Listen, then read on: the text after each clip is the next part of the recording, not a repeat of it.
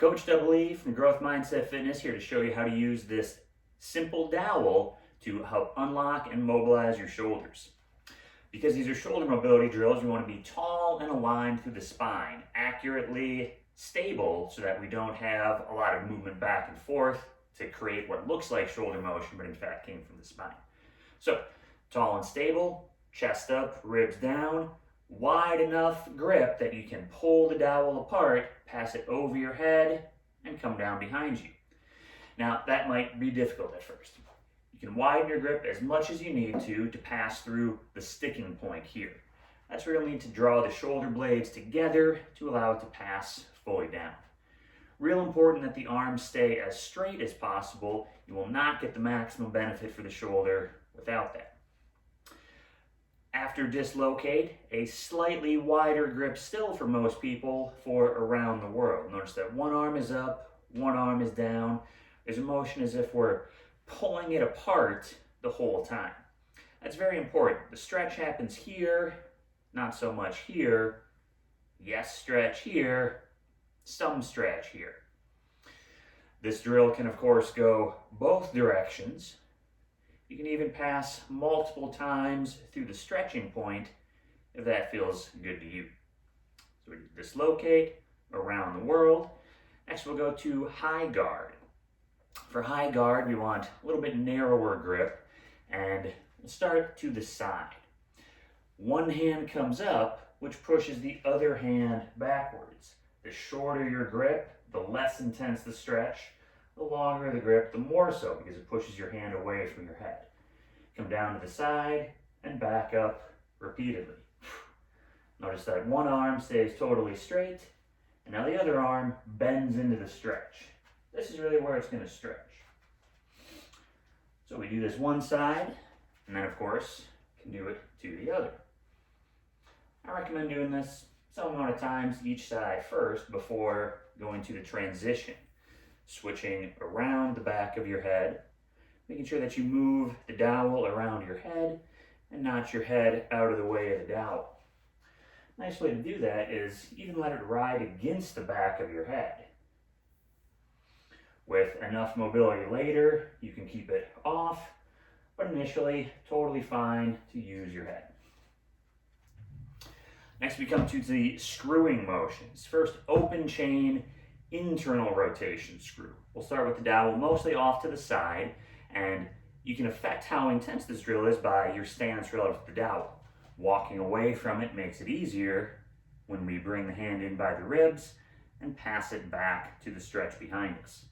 Now, since all the stretch is back here, we don't really need to go back to the starting position. Just pass the ribs and back again. We can adjust the stance of our body relative to the dowel. Notice that the hand has to pass higher to the ribs, requiring more mobility. We want to keep the shoulder down. We want to keep the free end of the dowel pretty still in space. And of course, we can repeat that to the other side. There's another variable at play here. Really, there's a lot of possibility within this one, and that is the relative rotation of your body affecting how much shoulder extension you end up in. Facing the dowel is relatively easier and really more an abduction than extension here, whereas rotating required the shoulder to now be an extension. As the internal rotation screw, we have an external rotation screw.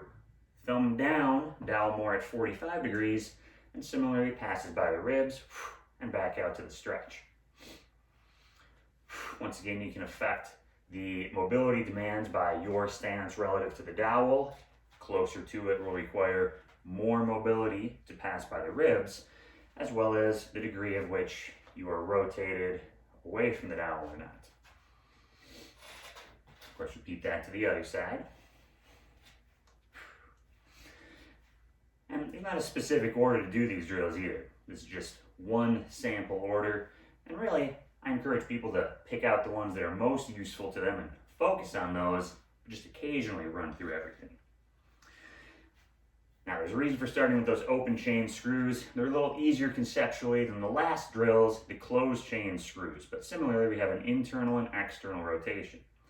So first, the externally rotating closed chain screw, we want to slide one hand to the end of our dowel. It's important we don't have excess because it's going to have to pass close by the body. The other hand is going to be like a pool cue, holding it so that it can slide through, but the hand that it slides through doesn't really need to move around. The hand in the fixed end of the dowel reaches across the midline, comes knuckles in towards the body and back up. Notice that the grip might start to change here. I'm losing a little bit with the pinky here, and that's fine. Just keeping the ring and index and thumb for sure. The dowel braces behind the elbow and slides to external rotation. We'll pass back through, and initially it's easiest to do this repeatedly, one side. Notice that this free end of the dowel stays down, doesn't have to lift up at any point, and that the hand that's fixed on the end of the dowel, it's a lot easier to do this when you reach across midline than if you try and stay on the same side. You can switch to the other side once you've explored the first. And there's a lot of variability in how you finish. The degree to which your elbow is extended, the degree to which you've externally rotated, the angle at which you're reaching will all make a huge difference. And from this closed chain position, you also then have the capacity to create a deeper stretch, be careful with it, by levering the arm into it with the free end of the dowel. I recommend that it mostly be actively controlled from the side that's moving, but you can absolutely explore gently a little bit deeper mobility. Just make sure that you keep your spine stable and you don't cause yourself to reorient, because then you lost the stretch anyway. Lastly for this one, if your dowel is an appropriate length, not too long, able to alternate back and forth, side to side, alternating closed chain, external rotation screw. The last one I have for you in this video will start from an underhand grip for the closed chain internal rotation. Very similar. One hand relatively fixed on the end, one hand holding it like a pool cue underhand so it can slide through. Fixed end reaches past and over the top, slides back to extension. And so, similarly, I recommend doing the first side multiple times to get a feel for it before going to the other side. And honestly, progression with these, it's probably not going to happen all in one session. If you're first time using the dowel, it's going to take some practice. So don't feel the need to work into this last one right away. This is a fun one. Once one side is done, the wrist can hold it in this different orientation so the other side can move, alternating back and forth.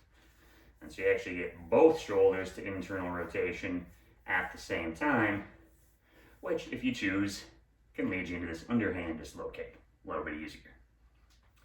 So that's some fun with the dowel. One of the best, most cost-effective investments you can make for your shoulder health. Couple bucks and some time, a few minutes now and then, shoulders will be feeling like new. Enjoy that.